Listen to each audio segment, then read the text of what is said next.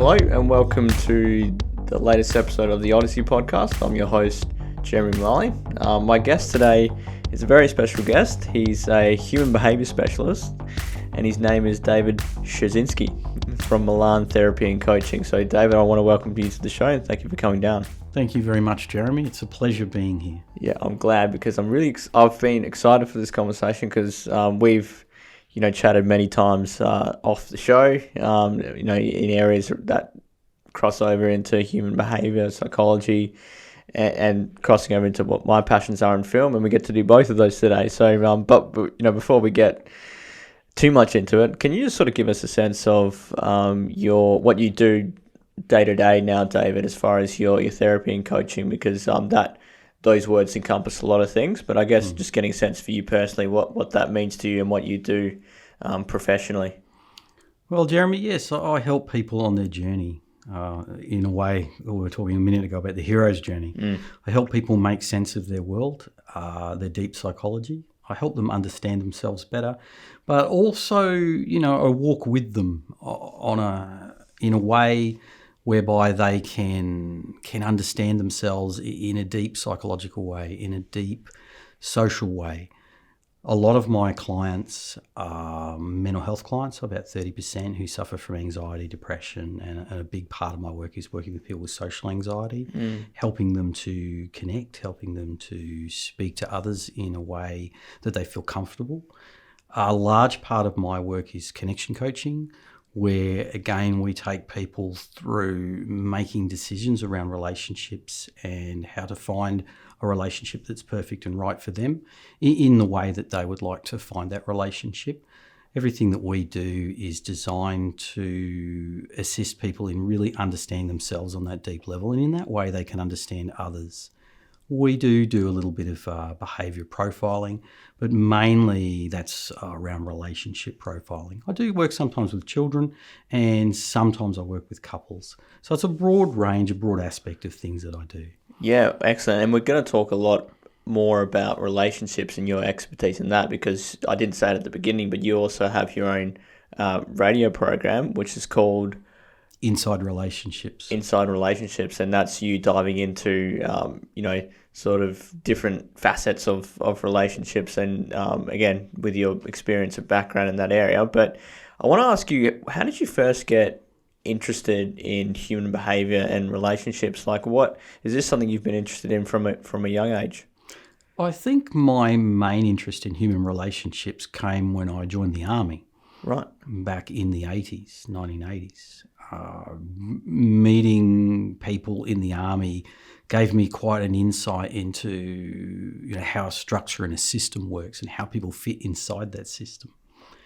One of the things that I used to do was write Dear John letters for the lads in hospital when they found that their partners were splitting up with them. And they'd asked me to interpret these letters from their partners, but also to write back to them. And I was quite a good poet at the time. So I used to write a bit of poetry, and I used to really get into the understanding of how come these relationships failed. What was it about that?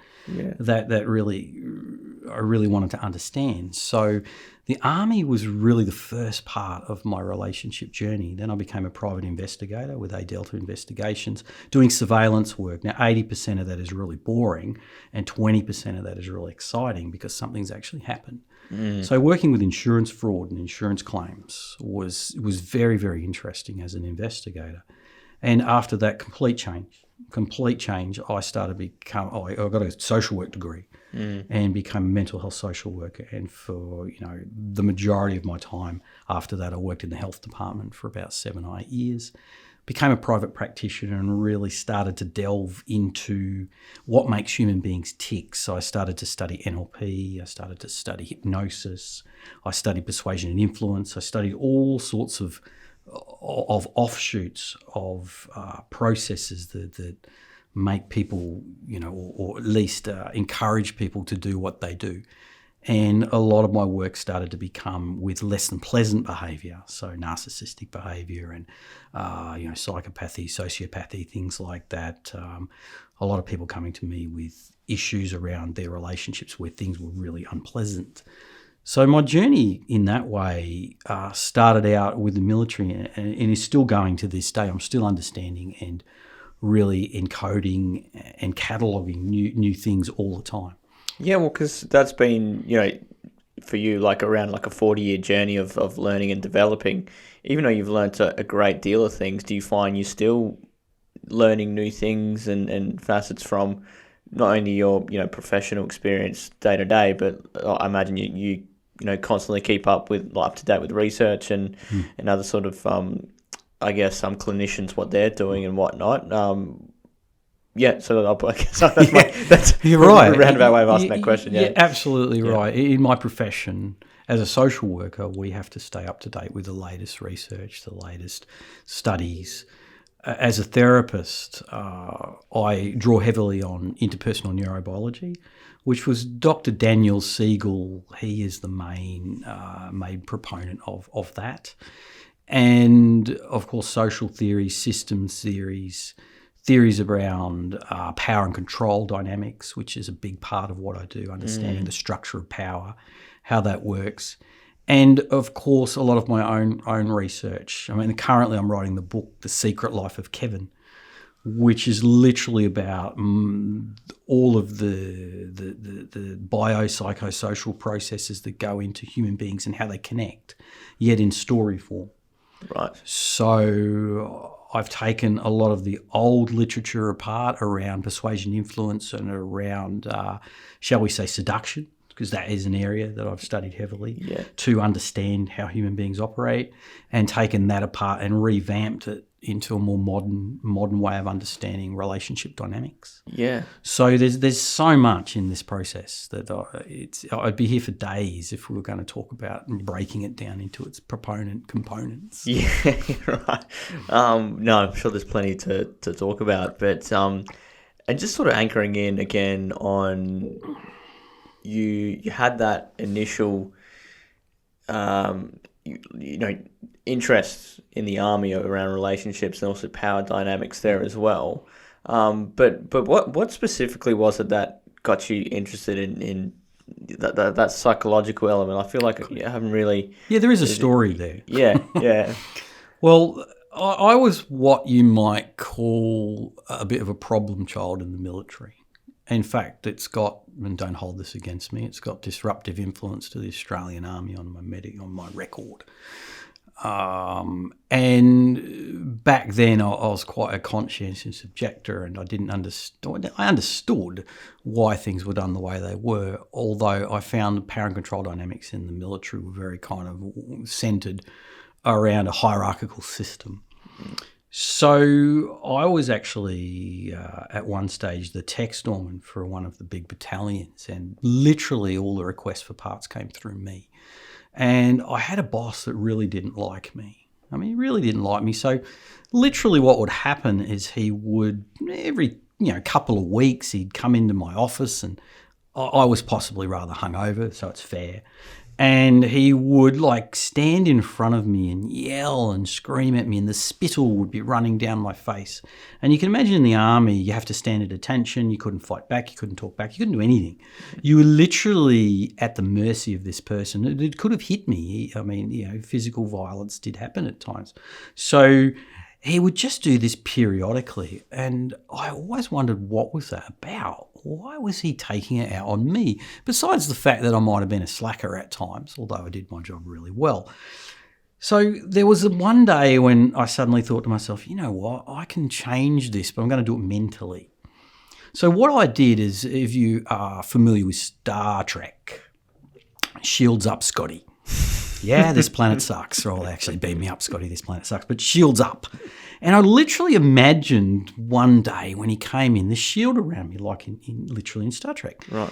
And I remember working out that if I didn't look at him, but I stared past him at the wall, he'd still be connected with me in some way. But subconsciously and unconsciously, there was a disconnect. So I started to learn to be non-reactive, this thing that we teach, this non-reactive behaviour. And lo and behold, guess what? The next week, he didn't do it. The next week, he didn't do it. The next week, he came in, and this is my boss, and he didn't have to. He came in and apologised to me. and said that he was really sorry for going off at me, but he was having troubles in his personal relationship with his partner. Wow, okay. And he was taking it out on me.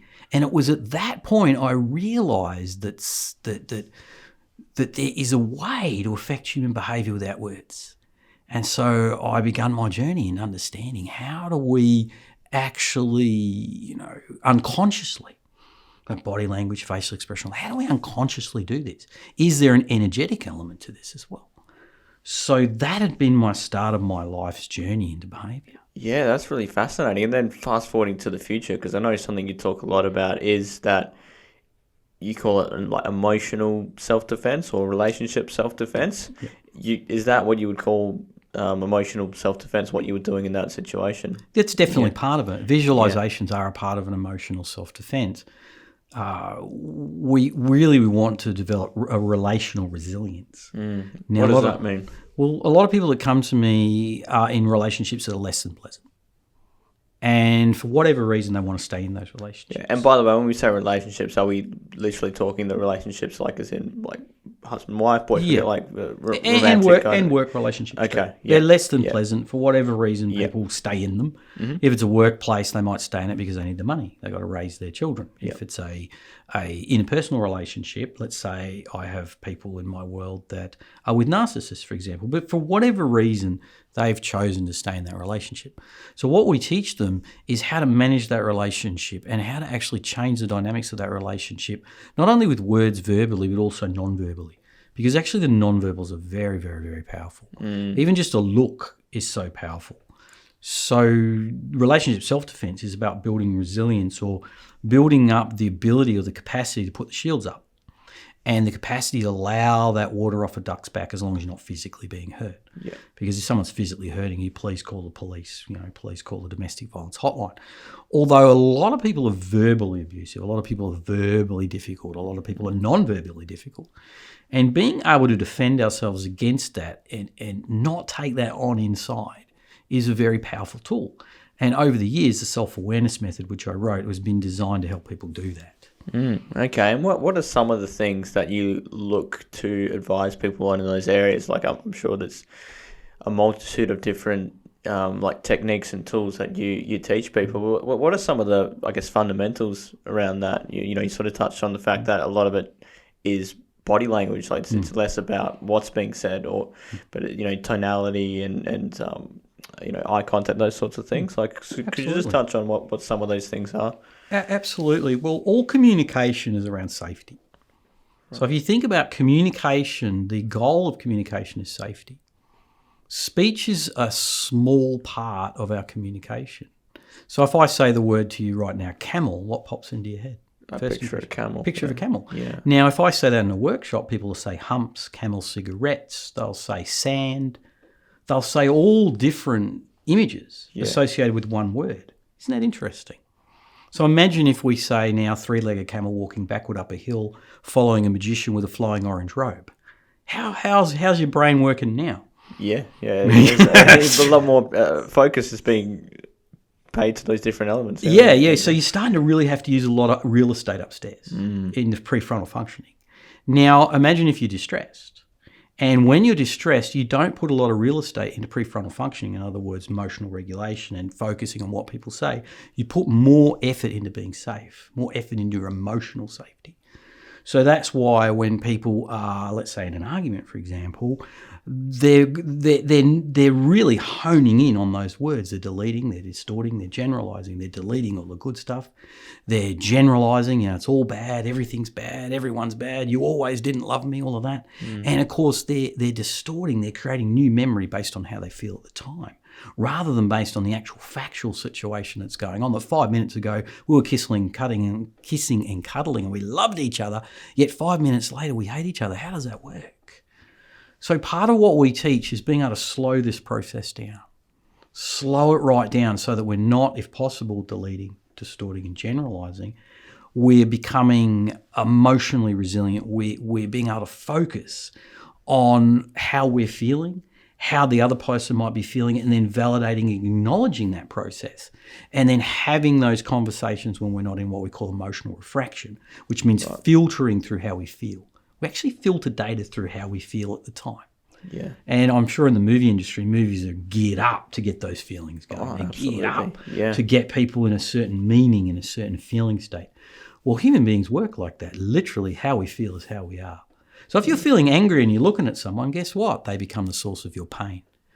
If we're feeling good and we're looking at someone, they become the source of your attraction. So this is called emotional refraction. Dr. Paul Ekman, leading specialist in the world in emotion. Yeah.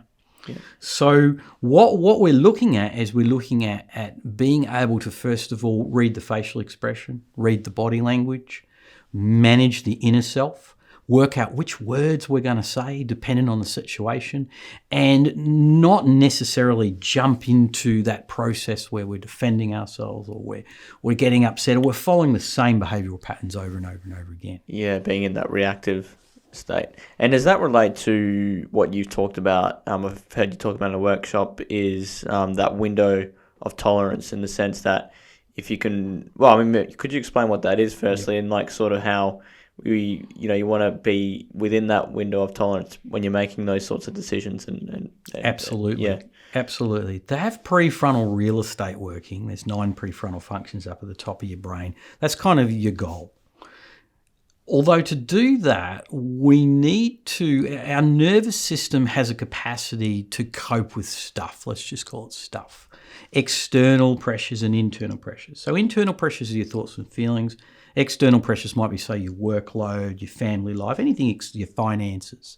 Now, we have this thing, the way we look at the nervous system is we look at it like a window, and it's called the window of tolerance. We use it a lot with complex trauma when we're talking about complex trauma. Right. So this window of tolerance is basically your capacity.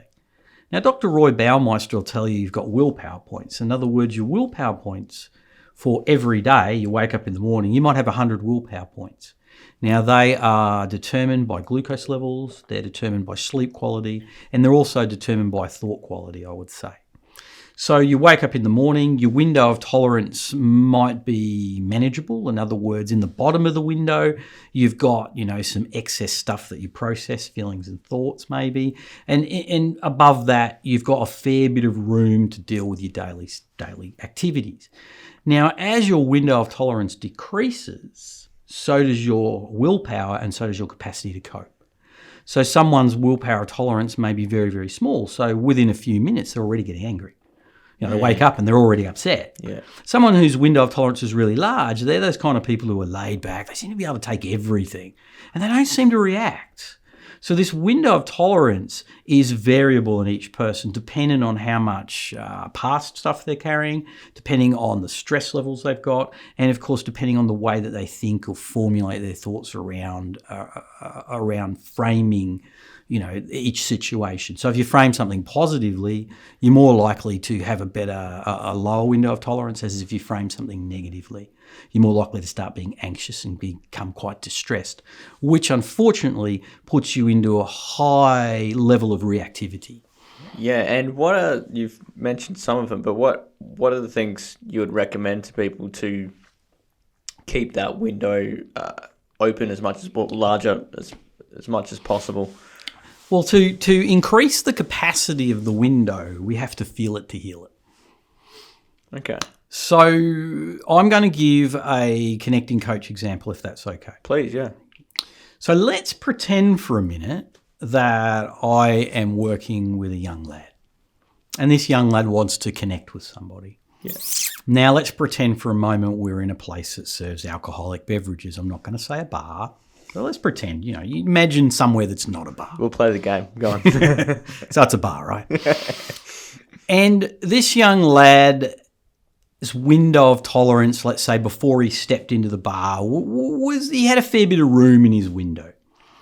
Now he steps in the bar and he wants to talk to this person across the bar, and immediately he starts thinking, oh my golly, I'm going to get judged.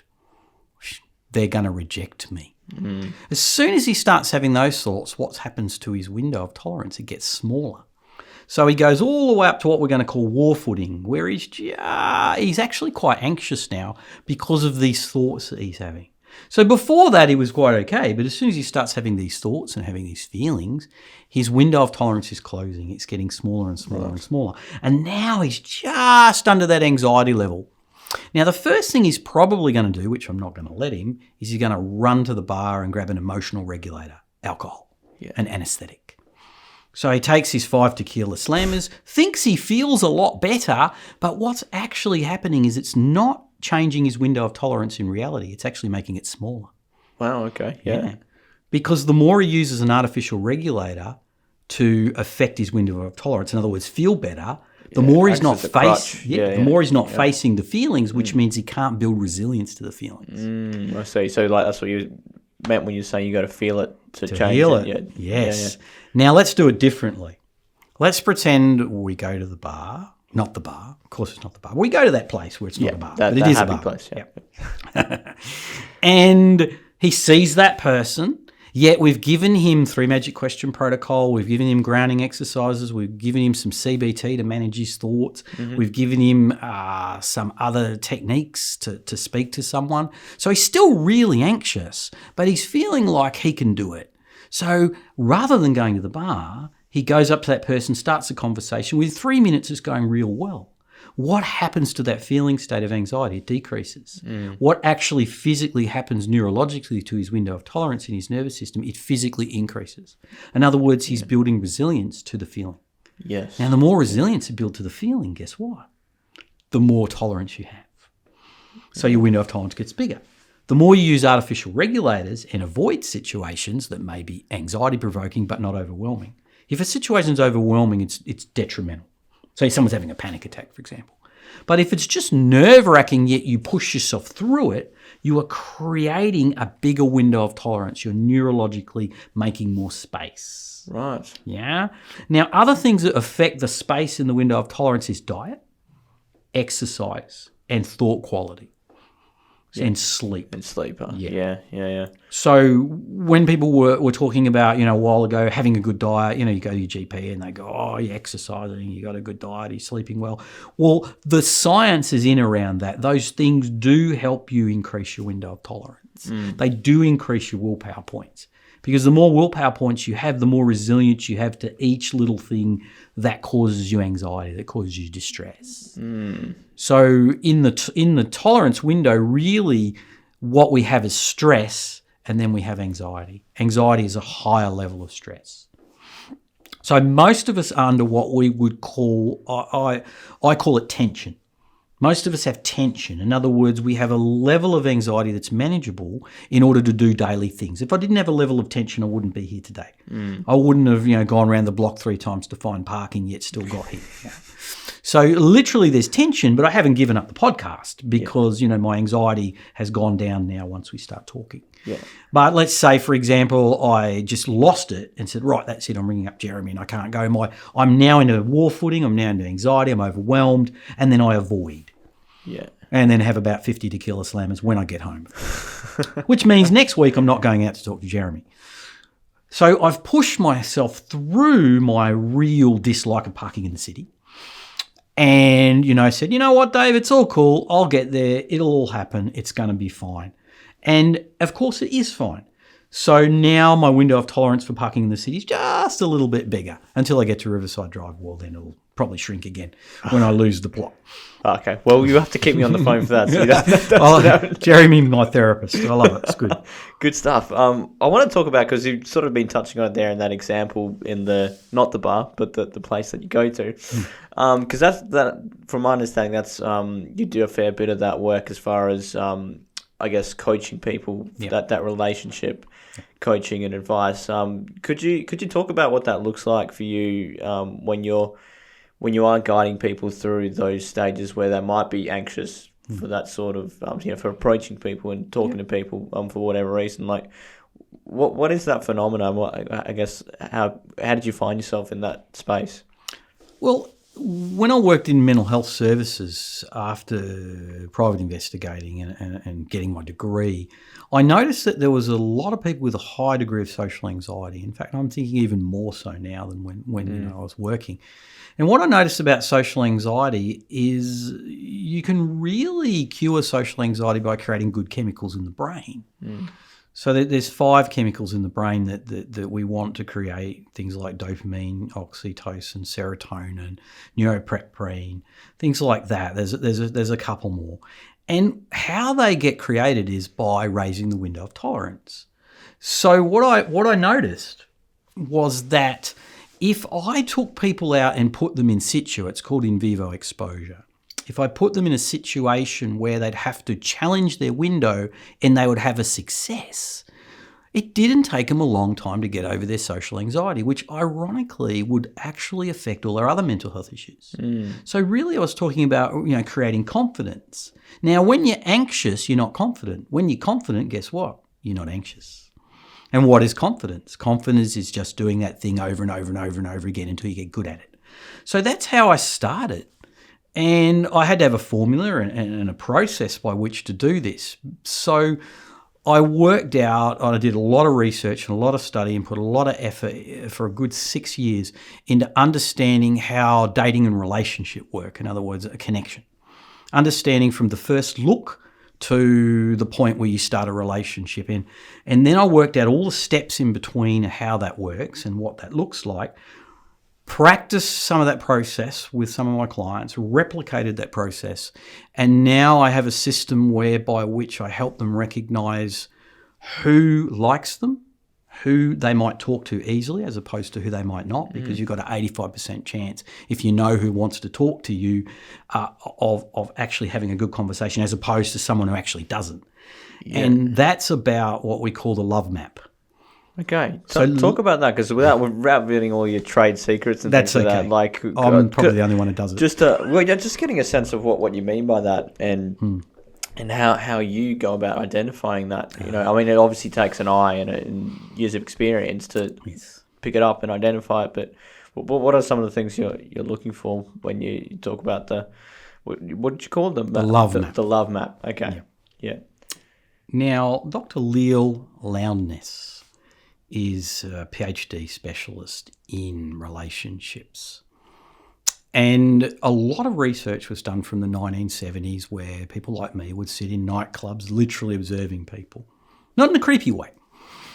And we would just observe. And what we found is there are patterns of behaviour.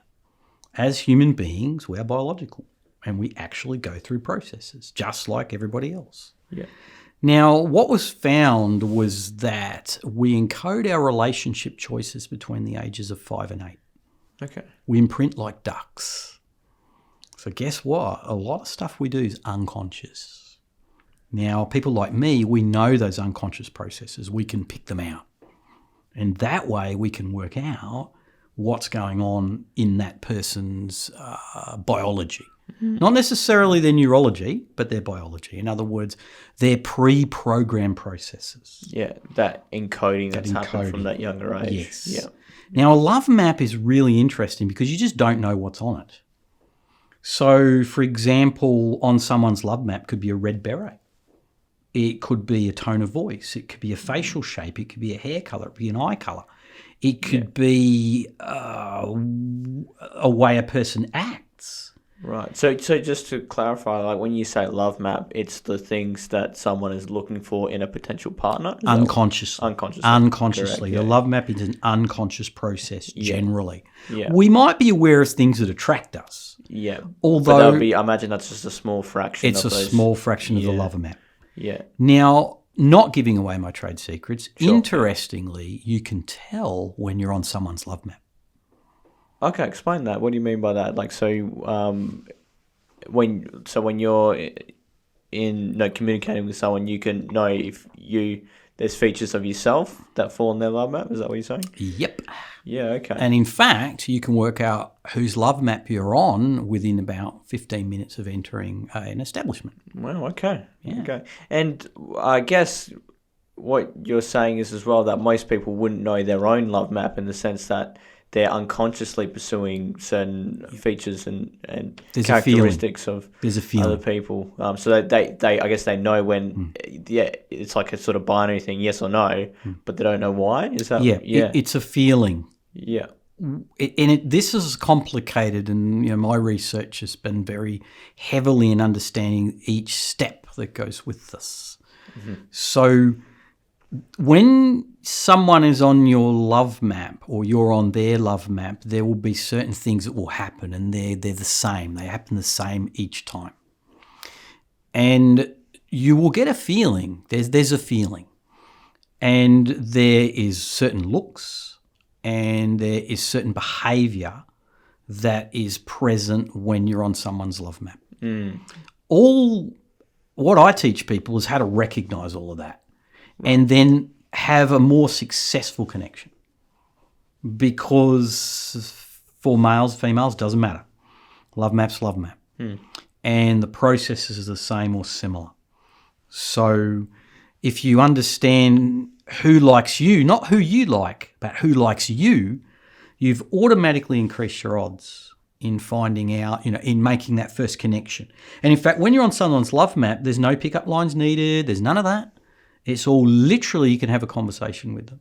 And as long as what's coming out of your mouth is increasing attraction, not decreasing it, but increasing the feeling in the body that person has, then connection will happen.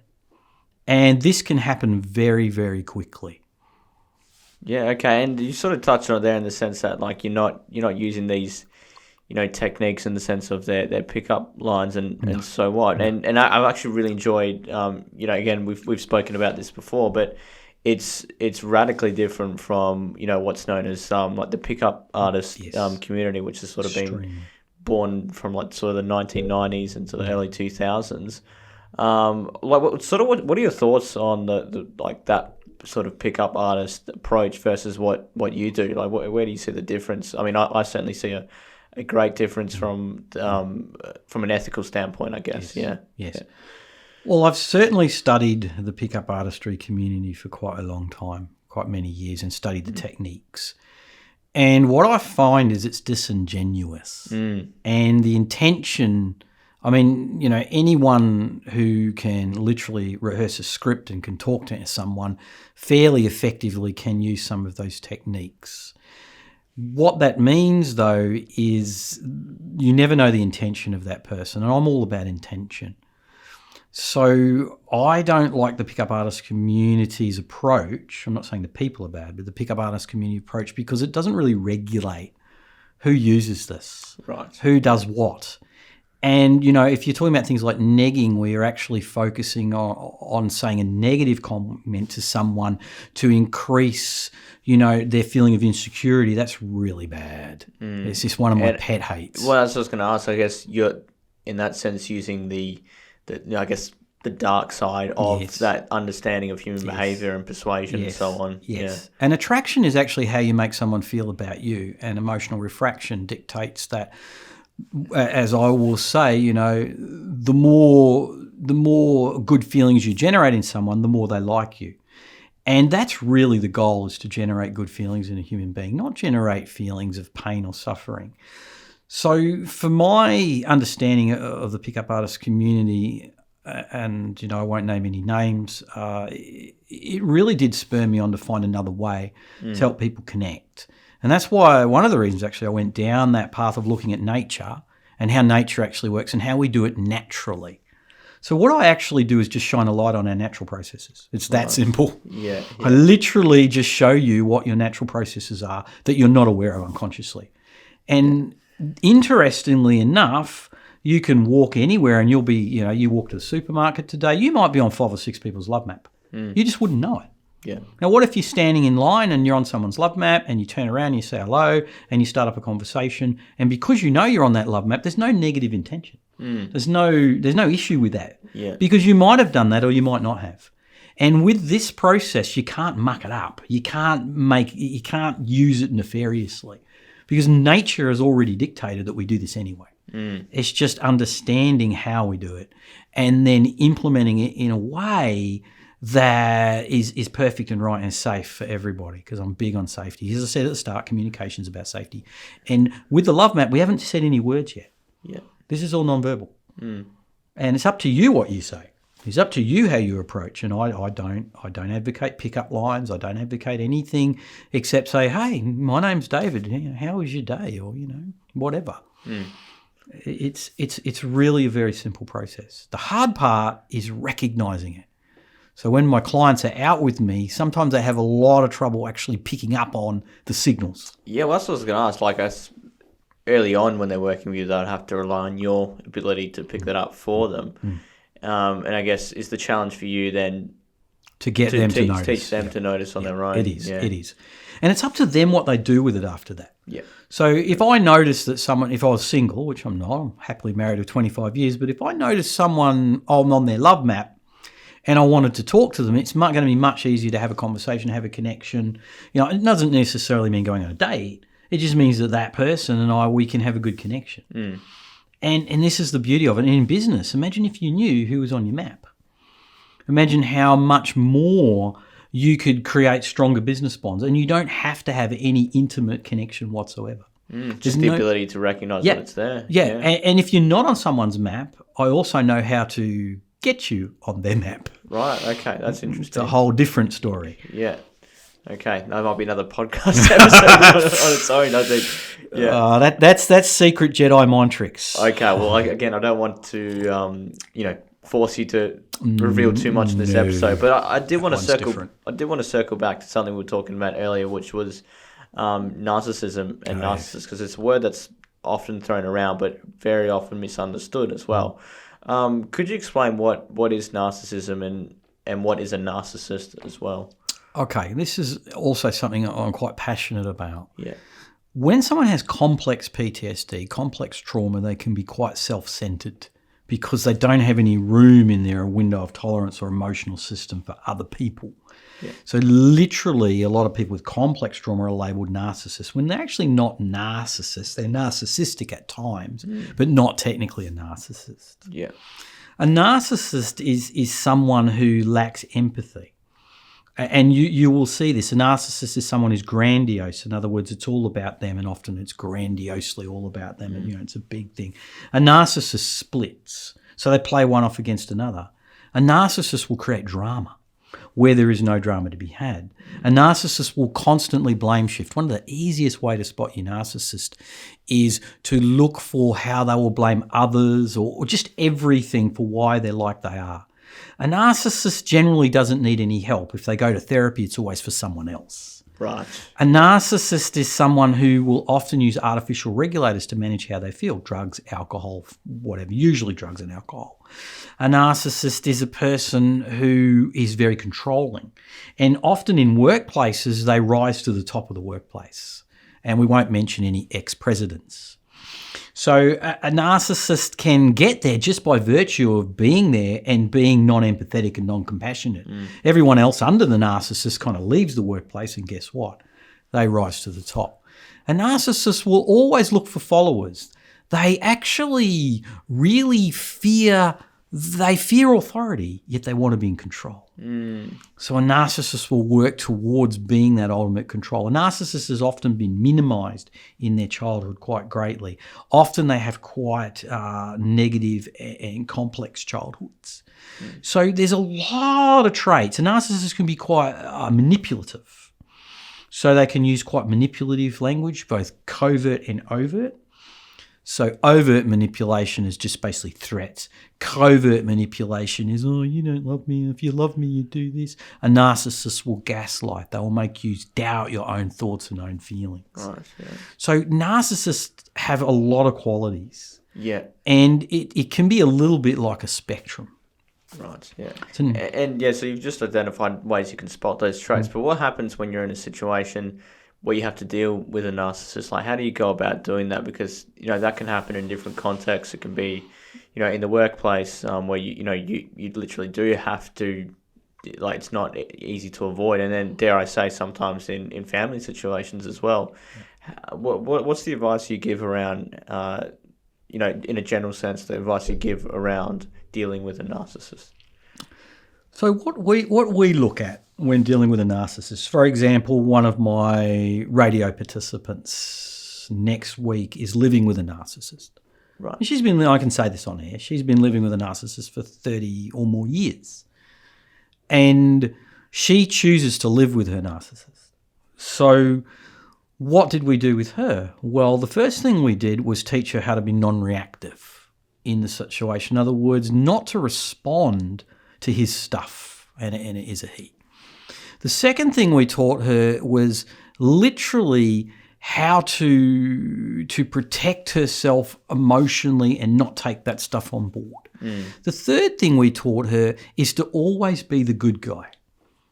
So what narcissists will often do is make you the enemy. Yeah, the bad guy. The bad guy. And if you're the bad guy, they can have drama, they can blame shift. So what she did was we taught her not to react back verbally.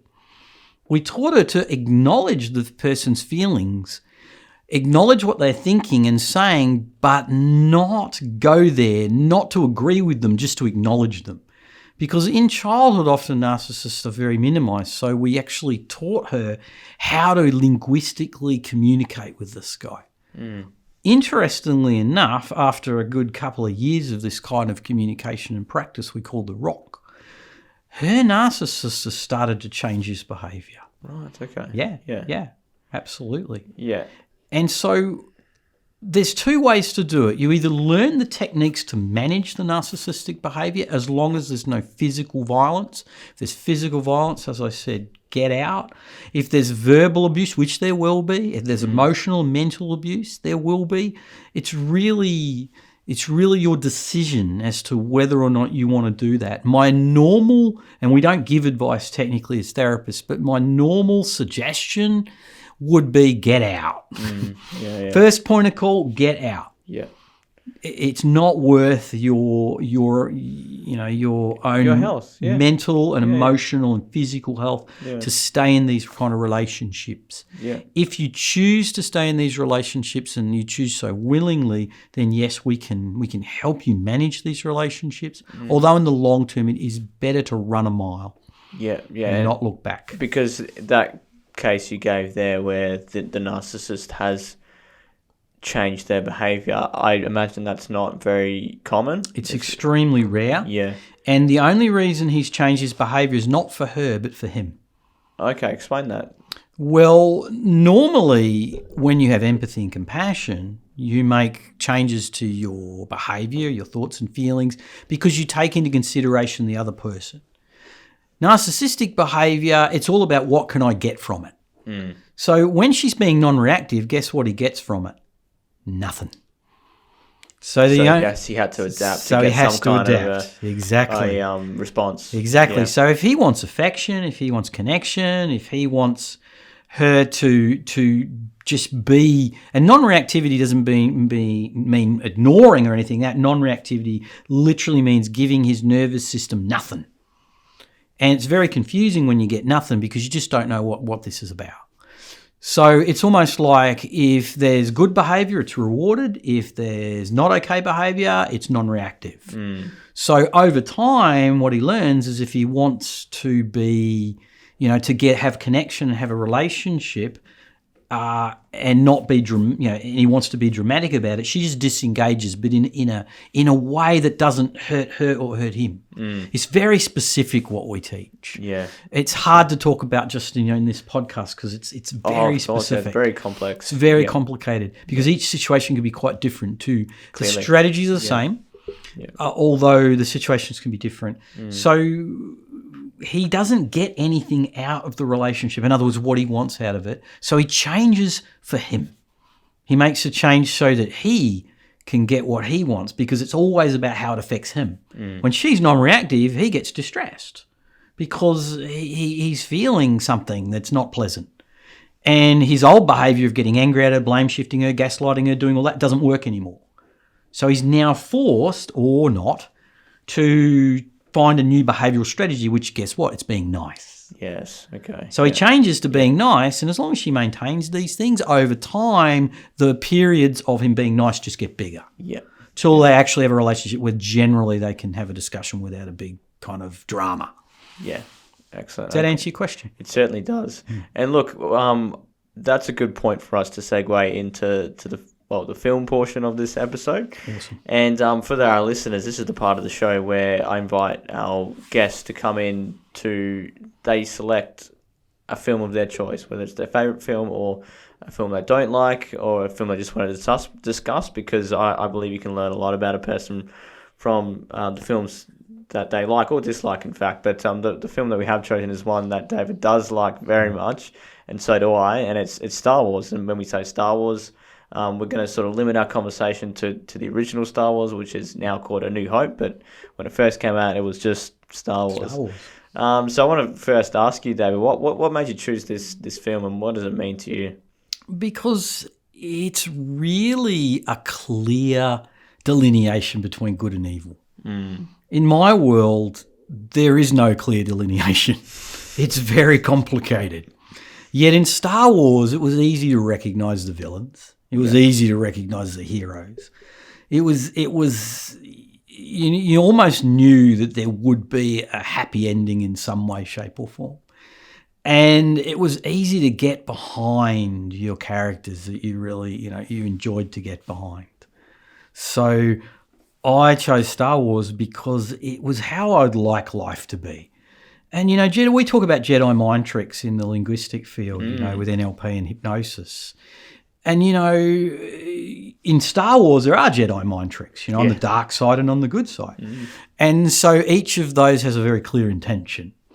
And and to watch like Darth Vader, for example, over the period, and we are only talking about the first one, but go from, having doubt about his evil propensities is a bit like our clients' journeys, where they start somewhere and they start to realise, hold on a second, life is a lot different biologically than I thought it was, or what my parents taught me. Oh my golly, you mean I can do this? So it's a bit like when Luke starts out, as a bit of a whining young lad on Tatooine, I believe he was on. Correct, yeah. So, I always remember that scene at the end, I'm pretty sure, where he's looking across the sunset. Is that right? So I'm pretty sure at the end. Yeah, so it's not at the end, but it's at the beginning. Yeah. And we're going to dive into this because the sort of lens we're going to talk about Star Wars in is in the context of the hero's journey, because you know a lot about that and its origins, but yeah, no, you're right. There's that shot, amazing, and there's the two suns there on Tatooine. Yeah, it's a beautiful moment, and then we have the swelling soundtrack from John Williams coming through. Oh, that always got to me. That just that music and that scene. Yeah, again, we talked about it earlier. That emotional. Because that's a memorable moment for me as well. It's I love that. For sure. But can you? We talked about this the other week. But can you remember the first time you saw Star Wars? Let's talk about that. The very first screening that you saw. Well, it was in the 1970s, and it was at the drive-in cinema with my parents. And of course, it was the go-to movie at the time. I think I was 12 or something like that. Yeah. And it just struck me because most of the time my parents would take me to movies I didn't like Grease, Xanadu, some horror movies they definitely shouldn't have been taking me to with spiders in them. But this was a movie that I watched, and I watched it spellbound as a child. That first scene of that Star Destroyer. Yeah. Coming, the size of it. Looming over the screen, and that little tiny, Corellian ship that Leia and was on, was C-3PO and R2-D2. It was just, and you just never forget that. That's the scene you just never forget. Yeah, no, that's spectacular. And before we sort of dive,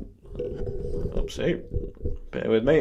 Before we dive into the framework of the hero's journey, I want to get a sense of like your sort of interpretation, just generally speaking, but sort of in the context of Star Wars, how we relate from a human behavior perspective, how we relate to stories and films in particular, because that's something that super fascinates me, and I'm constantly learning more and more about that. That kind of impact, even introspectively, the impact it has on me, but the impact it has on others. And as a filmmaker myself, that's something I strive to do. What is it within us, how we relate to stories and storytelling? Well, it's all about the feels. And it's all about the strong feelings and the values that we hold. And human beings work on values, principles of values, and we formulate these values from a young age. And our movies, they represent those values. And so, in our journeys, there's a villain, there's a hero, there's a struggle, there's a quest, and there's something impossible to overcome.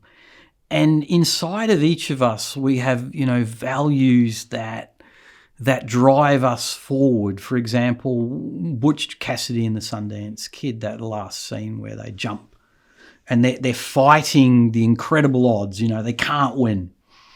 And, there's that value inside me of freedom, of defiance, of fighting against authority. And so a movie like that really gets me emotional. And so that emotion, I feel that in my body, and I almost dissociate when you watch a movie and you really get into it. You're almost out of the body and in the film. And those things that you hold near and dear are activated in our deep psychology. And, we've seen movies, I believe, change over the genres. They've changed. With values have become less transparent, less defined. Now we've got anti-heroes and we've got other things where even the bad guys can be the heroes. Yet their value system might be, like loyalty amongst thieves, and they'll follow that, and then someone will do something at the end, like Ocean's 11, Ocean's 12, all of that. These are thieves. Yeah. They're our heroes. That's right. Yeah. Whereas go back to your Star Wars days. It was Darth Vader and the Empire, and it was the rebellion. Yeah, and that was it. And like you said, there's that clear delineation of good and evil. Yeah, bad and good, like the heroes, villains. And now it's a mix mash. Yeah, of all sorts of concepts and experiences and feelings, and generating feelings in us where even we might be repulsed, we might be put right off, but we can't stop watching. Yeah. So that would be my take on it. It's generating the feeling inside someone very, very strongly to the point where it really either resonates with their value system or goes against it. Yes. Yeah. No, I concur with all that said there. But without further ado, let's dive into the hero's journey for Star Wars. So, because this is a framework and structure that was developed by Joseph Campbell. Who's, yes. Could you explain a bit about what the hero's journey is, David? That's good. No, that's all right. Let's start it out like from the story point of view. So the first element of the hero's journey, and it's usually represented in a cyclical manner in the sense. And the first part is the call to adventure. So for Star Wars, this is Luke he gets the message through R2-D2 about Obi-Wan Kenobi,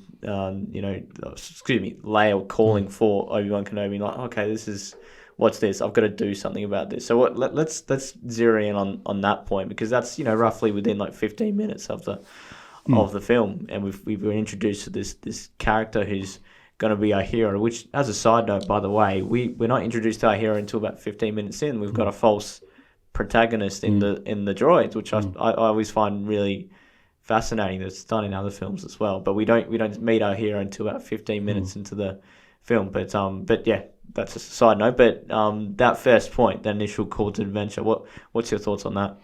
Well, as young people, we are very much adventurous. If you look at Stranger Things, the way that they have done that movie, whereby the young people are always looking to go outside the box. They're always looking to push the envelope. They're always looking to go against authority. They're always looking for something new, something to excite them. And we carry through in our world that kind of feeling state. We want to go traveling. We want to see the world. We often want our journey, our hero's journey, to kind of be a safer journey, though, within the parameters of what we deem as safe. Yet there's a part of every human being, I believe, that really wants to feel that adrenaline, that excitement, that rush. And I think that call to adventure, that call to journey, is really about setting up that person for a learning lesson. Well, because that's interesting. Because the next step in this framework we're talking about is firstly the refusal to the call. So initially there's that call, but there's like a denial or a refusal. Like from I guess again coming back to real, like grounding us in real life. Like, how do you see that relating? Like where does that sort of manifest in our lives? Well, we have a refusal to the call many times in our lives. Yeah. It might manifest though in different ways. There might be a refusal to change a behaviour. There might be a refusal to go on a holiday. There might be a refusal to fly because you're afraid of flying. The call to adventure, yet there's that anxiety that holds us back. So there's always these problems and issues that hold us back from letting go. Yeah. From developing into a bigger person and more. Because at the start, our heroes are often very self-centered. Yeah. They're very, in a way, showing signs of it's all about me. Yeah, well, like if we talk Star Wars, Luke, he's working on the farm, and his literal refusal to the call was, no, I can't do that. Yeah, I've got my my uncle needs my help here, and whatever, and I'm this sort of civil war. I don't want anything to do with it. It's not my problem. Like that's you guys are in the you got the feet on the ground. You guys can solve it. That's right. And deep inside, he really wants to go on that adventure. He wants to learn. He wants to grow. Although there's fear. And fear means refusal. Fear means making up excuses. Fear means finding a reason not to rather than a reason to do. So you have to overcome an element of fear to go on the hero's journey, because usually the journey is quite long, dangerous and full of obstacles, either real or make-believe or made up in your head. Yeah, okay. And so that's part of it, because there's what's known as the threshold. So there's the known, which is where we begin in the universe, and then we're crossing into the unknown now. But there's a helper or a mentor, and you can relate to this because you're a mentor to the people you work with as well. So you're a modern day Obi-Wan Kenobi, but I'd be the Yoda. You'd be the Yoda. Okay, fair enough. But what can you what do you see? In this case, in the film, it's Obi-Wan Kenobi. Yep. The power of mentors, the power of having that helper to help us cross that threshold. How do you relate that to where we are in our lives, having mentors, heroes, and helpers in our lives? Oh, we all need them. Yeah. Everyone, or not everyone, we can't say that, but most people have someone that they look up to. In fact, I often ask that question: if you could take on someone else's behavioural traits, who would it be? Who do you look up to? Who inspires you? Because that mentor is someone who inspires us to grow, someone who inspires us to get outside the box, someone often who's quite mystical as well, someone who might have some knowledge we don't know about. And someone who can impart that knowledge to us in a way, if we learn that knowledge, we'll have some ability or some power. So the mentor is really important, because most of us do have a mentor in some way, shape or form, and most of us look up to that person and we aspire to be like that person, because that person's often walked the walk. They've talked the talk, they've lived the journey. Often that person doesn't talk very much. Often that person might give these snippets of advice or that perfect one-liner that we have that epiphany of, wow, So it's like one hand clapping in the forest kind of thing. So in our actual lives, mentors are extremely important. Your boss can be a mentor. Your partner can be a mentor. Even your children can teach you things that you need to know. Maybe not necessarily be mentors, but they could be. So for me, a mentor is absolutely critical in that journey, in that process, because they teach us the things to look out for, they teach us the things not to look out for, and they give us the skills and they give us the abilities to go on that journey, and they equip us for the path. Yeah, and that path, like if we're continuing with the structure, David, there's a series of challenges and temptations. And for Star Wars, I think that initial challenge is one, needing to obtain transport. So they need to get off this rock, Tatooine, and get the hell out of there and start their adventure effectively. And then the revelation of finding out that Alderaan, which is where they were heading, has actually been effectively destroyed. So they arrive there and it's just this blizzard of debris and everything like that, and they discover it's gone. So again, pulling it back into real life, those challenges and temptations, mind you, we've got this mentor and helper here for us. What does that look like? The day-to-day challenges that we face in our journey, our adventure. Oh, there are myriads. And challenges and temptations are what, again, creates resilience. It's what creates an expanded window of tolerance, honestly. And character, would you say? And character building. And, temptations are what really interest me, because our value systems also have shadow values. So we might have a value of honesty, yet the shadow value is lying.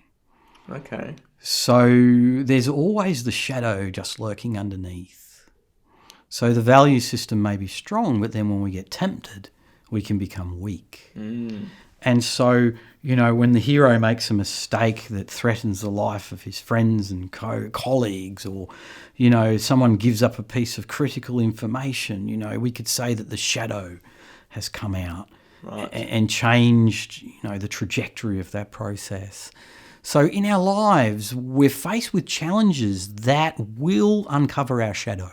Right. And our goal in life is to maintain a true course with our values. Okay. And each of us, I'm sure, have had the shadow pop out at times. And then we've questioned our value system and gone, oh my golly, have I followed my value system? Right. But in reality, it's just that shadow. It's the shadow. It's revealing itself, yeah. Yeah, the shadow value and the shadow self, which I do a lot of training in that area, actually. Yeah. Okay. So that's how I would understand it. It's maintaining the true course of the values and overcoming, or not stopping, but not succumbing to the shadow. Okay, yeah, good stuff. And just moving on, like we're now sort of meeting the bottom of this circle with what's it's like the abyss, or the death and rebirth, and we see this in this epic scene, the first lightsaber battle actually of good versus evil. So yes. Obi-Wan versus Darth Vader. These two, which we find out a lot more later. These two, ex-master and apprentice, and they're battling out. But of course, Obi-Wan dies. Spoiler alert. Sort of. Yeah. If you haven't watched this film and you're listening to this, I don't know what you're doing with your life. Yeah, he kind of disappears in a puff of, cloaks. Yeah, exactly. And Luke sees this, so that's a big moment for him. What's your interpretation of that key moment in the film, within the framework of the hero's journey? Absolutely, because we all go through death. We all go through mini deaths. We all go through death of the ego at times. We all go through depression. We all go through anxiety. We all go through these multiple challenges where dying and being reborn is a part of that journey. Whether we die physically, or our hero dies physically, or our master dies physically, and then we have to take up the mantle, we have to be reborn into those shoes, or whether a part of our psyche dies, like our trauma, for example. If our trauma is haunting us and haunting us and haunting us, it's like literally Darth Vader's there right with us. And if our values get slain and the shadow takes over, that's a death. And then to actually come back from that and retake up the journey, rewalk the path.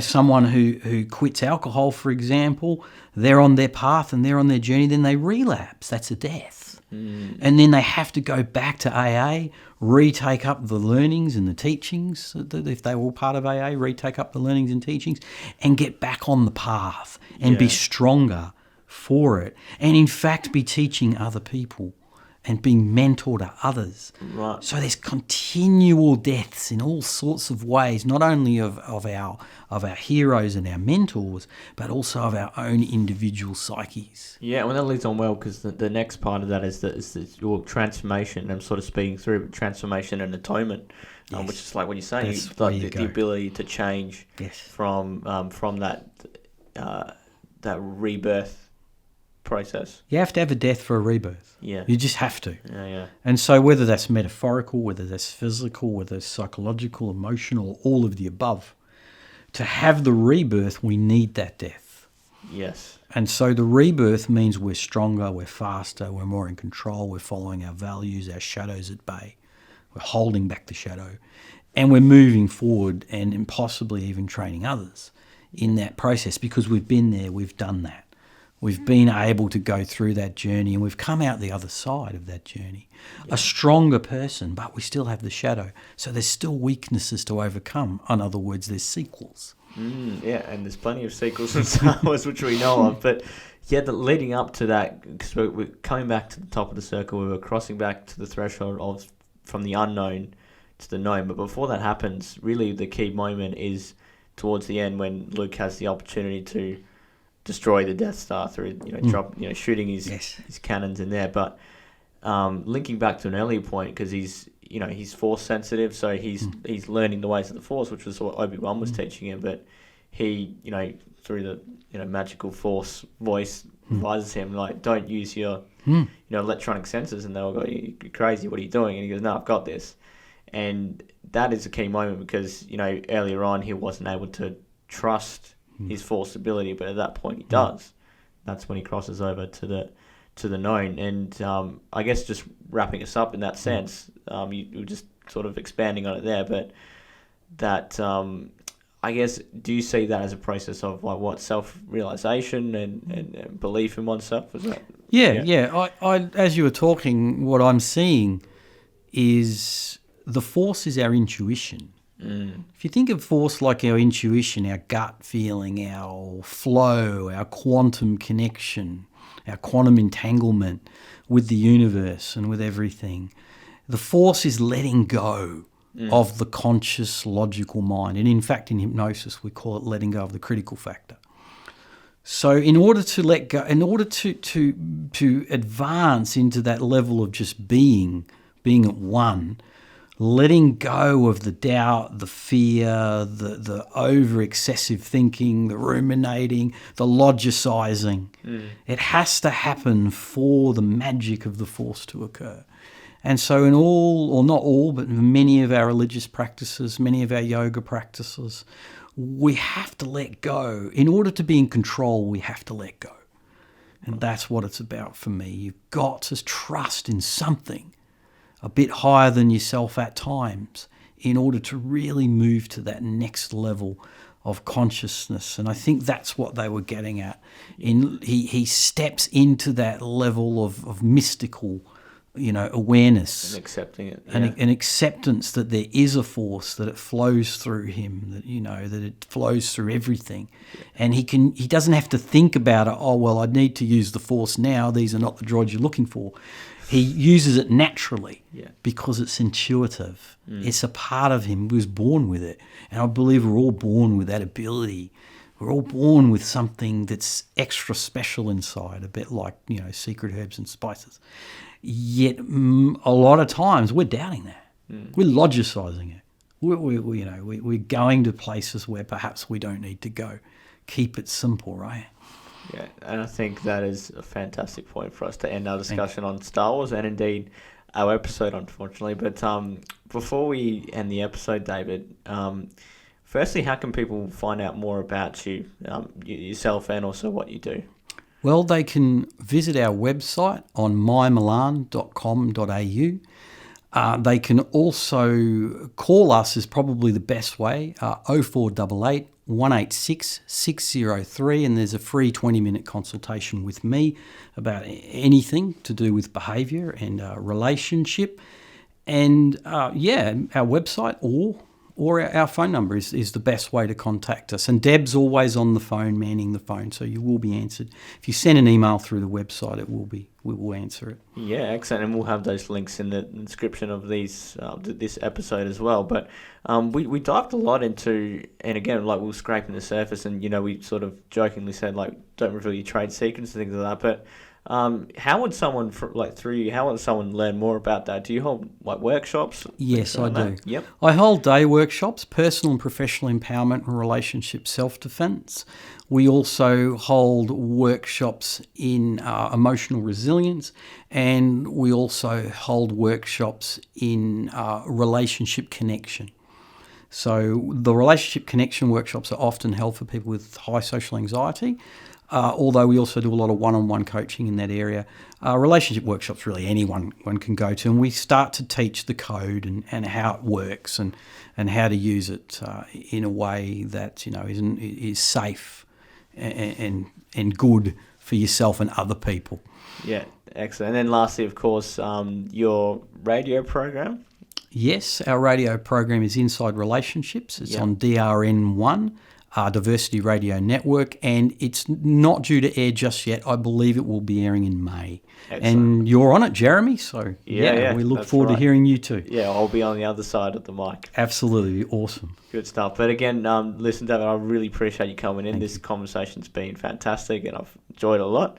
And I hope you'll come on the podcast again, because I think there's a lot more to talk about. Oh, look, we can talk about this stuff for days. I think so. Yeah. But again, thanks for coming on. Thank you, Jeremy. It's been a pleasure. Appreciate it. See you, mate. Bye-bye.